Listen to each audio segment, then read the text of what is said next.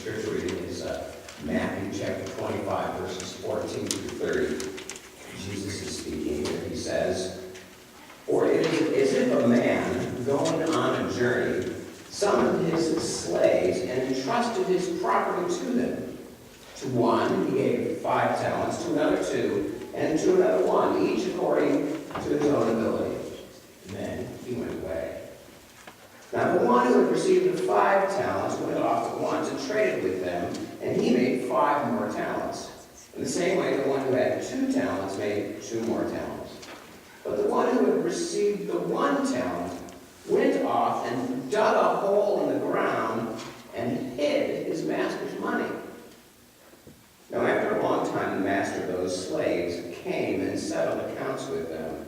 And then the one who had received the 5 talents came forward, bringing 5 more talents, saying, 'Master, you handed over to me 5 talents. See, I have made 5 more.' His master said to him, 'Well done, good and trustworthy slave. You have been trustworthy in a few things. I will put you in charge of many things. Enter into the joy of your master.' And the one with the 2 talents also came forward and said, 'Master, you handed over to me 2 talents, and look, I have made 2 more talents.' And his master said to him, 'Well done, good and trustworthy slave. You've been trustworthy in a few things. I will put you in charge of many things. Enter into the joy of your master.' Then the one who had received the 1 talent also came forward, saying, 'Master, I knew that you were a harsh man, reaping where you didn't sow and gathering where you did not scatter seed. And so I was afraid, and went and hid your talent in the ground. Here, have what is yours.' But the master replied, 'You wicked and lazy slave! You knew, did you, that I reap where I do not sow and gather where I do not scatter? Then you ought to have invested my money with the bankers, and on my return I would have received what was my own with interest. So take the talent from him and give it to the one with 5 talents. For all those who have, more will be given, and they will have in abundance. But from those who have nothing, even what they have will be taken away. As for this worthless slave, throw him out into the outer darkness, where there will be weeping and gnashing of teeth.'" Here ends the reading of God's word. May God add a blessing to it. Well, I want to talk this morning about why scouting. Why should we support and encourage scouting? I mean, let's face it, scouting isn't necessarily going to win the Scouts a bunch of popularity contests, and it is a lot of work. So why scouting? Why should kids? Why should adults? Why should churches get behind scouting?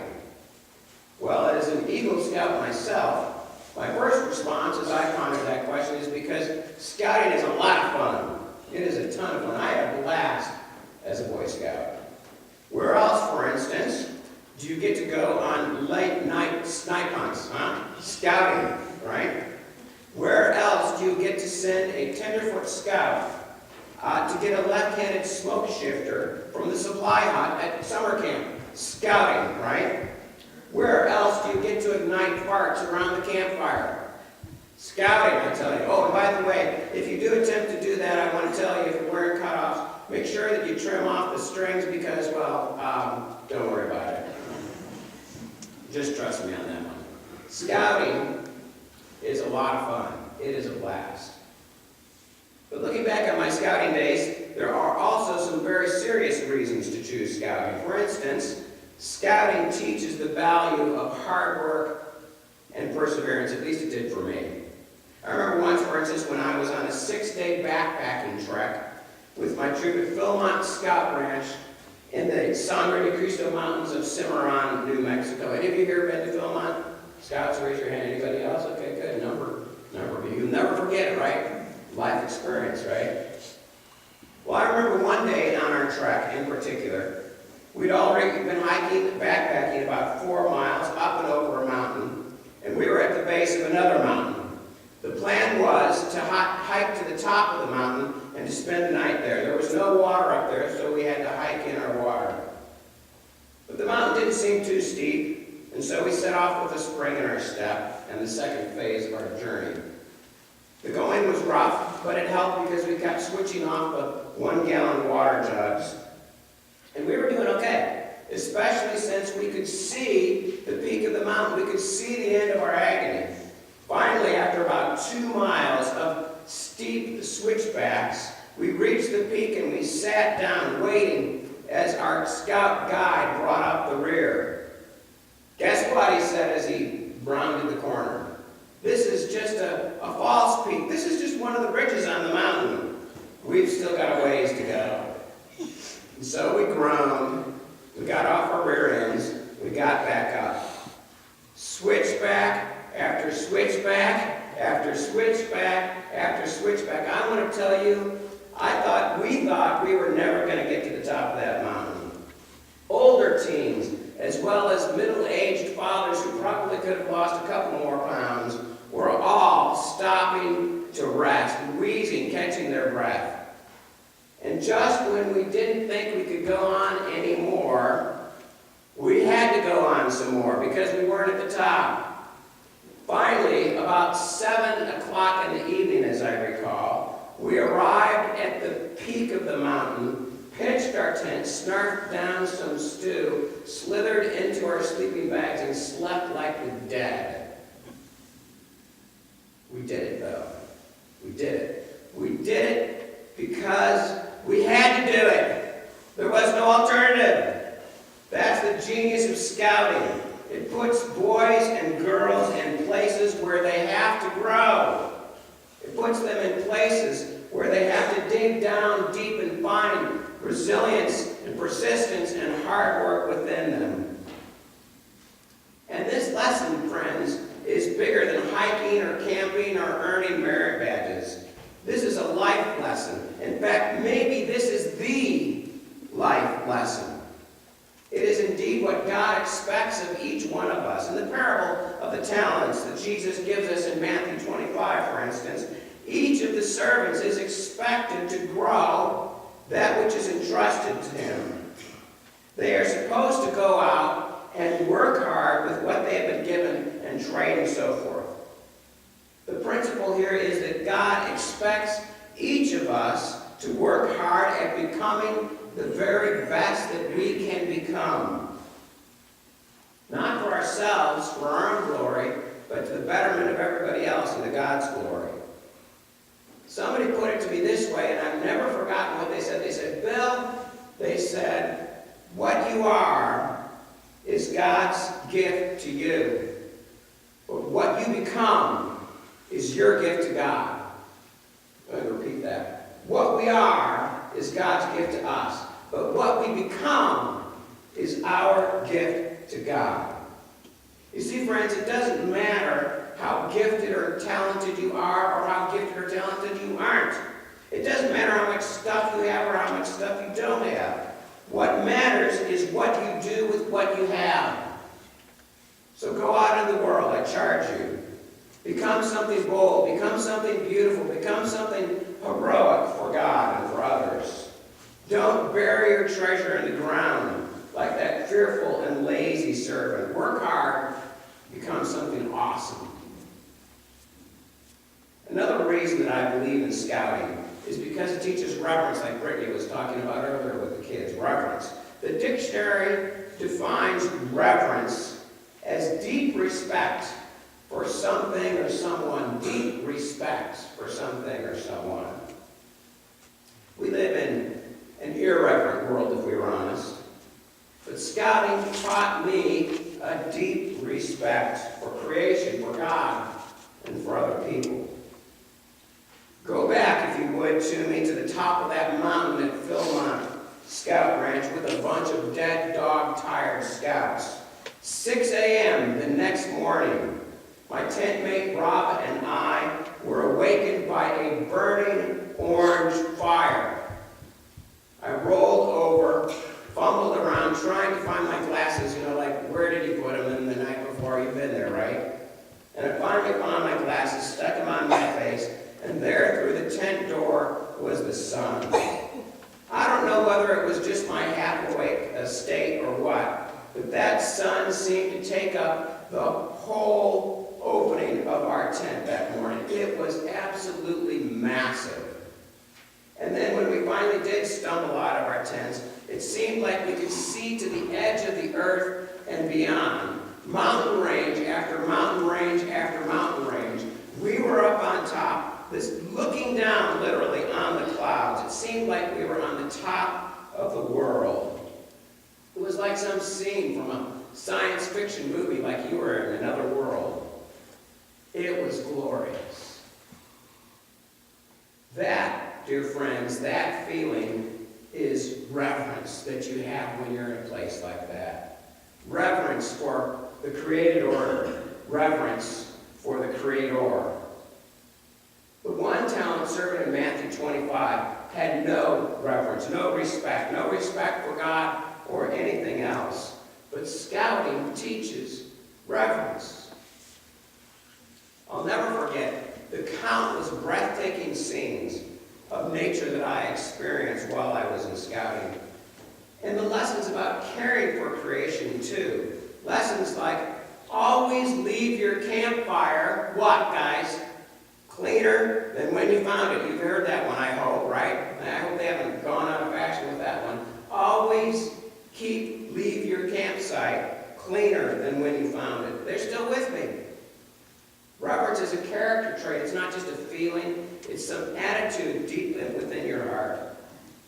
So scouting teaches the value of hard work and reverence. And it also instills honor. That's the last thing I want to talk about before my voice dies.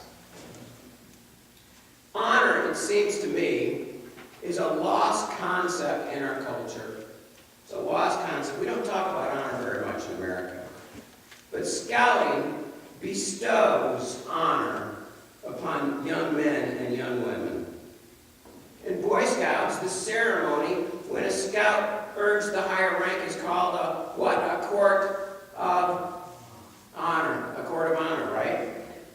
The Girl Scout promise, I'm glad to see we have some Girl Scouts with us this morning. The Girl Scouts promise begins this way. On my honor, I will try to serve God and my country, to help people at all times, and to live by the Girl Scout law. The Boy Scout oath begins in the same way, doesn't it, right? On my honor, I will do my best to do my duty to God and my country, to obey the Scout law at all times, to help other people at all times, to keep myself physically strong, morally awake, or mentally awake, and morally straight. So how do we get honor? Or what makes a person honorable in this life? Well, I see two elements common to both the Boy Scouts and the Girl Scout laws and oaths here. The first is we do our best. We do our best. On my honor, I will do my best. The whole point of the parable of the talents is to do your best with what you've been given. Notice, please, that the servant with one talent is never put down because he doesn't have two talents. And the servant who has 2 talents is never put down because he doesn't have 5 talents. What they have is irrelevant. We're not responsible for what we don't have. We're simply responsible for ourselves. So, scouts, church members, everybody, stop comparing yourself to other people. Other people, they've got their journey to run, their race to run. Okay? You've got yours to run. Run it well. If we have done our best with whatever we are given, then we can look ourselves in the mirror at the end of the day and feel pride. We can feel honor. That's all that matters. The second way we get honor, I think, is to serve other people. To help other people at all times, as the Scout Oath says. When we serve others, we are in fact serving God. Jesus says this immediately after this parable of the talents that we read. He says that when we serve the least of these, the poor, the hungry, the naked, so forth, that we are in fact serving God. That brings honor. So why scouting? Because scouting teaches young men and women to work hard, to respect creation and the Creator, to be people of honor by doing their best to serve others. So I want to give a word to you scouts here. Keep at it. Keep at it. Don't give up. I know that it gets hard. I know it's easy to become discouraged when you're in the home stretch in your life and you got to make it to Eagle and you got to do your project or whatever and everything else is going on. It's hard to persevere. But persevere. Don't get discouraged. You'll make it. Keep going. Don't give up. Because at the end of the day, Scouts, it's not about merit badges. It's not about courts of honor. It's about doing your best to serve God and others. It's about making your life something strong, something courageous, something heroic even. It's about reaching the end of your life and hearing God say to you, "Well done, good and faithful servant. You have been trustworthy in a few things. I'm going to put you in charge of a bunch of things. Enter into the joy of your master." That's what it's all about, guys. Let's pray. God, thank you for scouting, Boy Scouts, Girl Scouts, Brownies, Cubs, Daisies, Webelos, all of it. It's a good thing. We need more good things in our world. Pray for these young men and also our young women who were here with us earlier. And I ask God that you might bless them as they seek to grow themselves and they seek to advance, they seek to become mature men and women in this world. Faithful servants of you and of their fellow man. Bless them in that endeavor. Give them energy. Pray for the adults. It's hard to be an adult and to be a scout leader. Some of these folks here have been doing it for years and years and years, and it's hard sometimes. But give them new energy and new vision for the importance of that which they are doing. That is molding young boys and young girls into mature men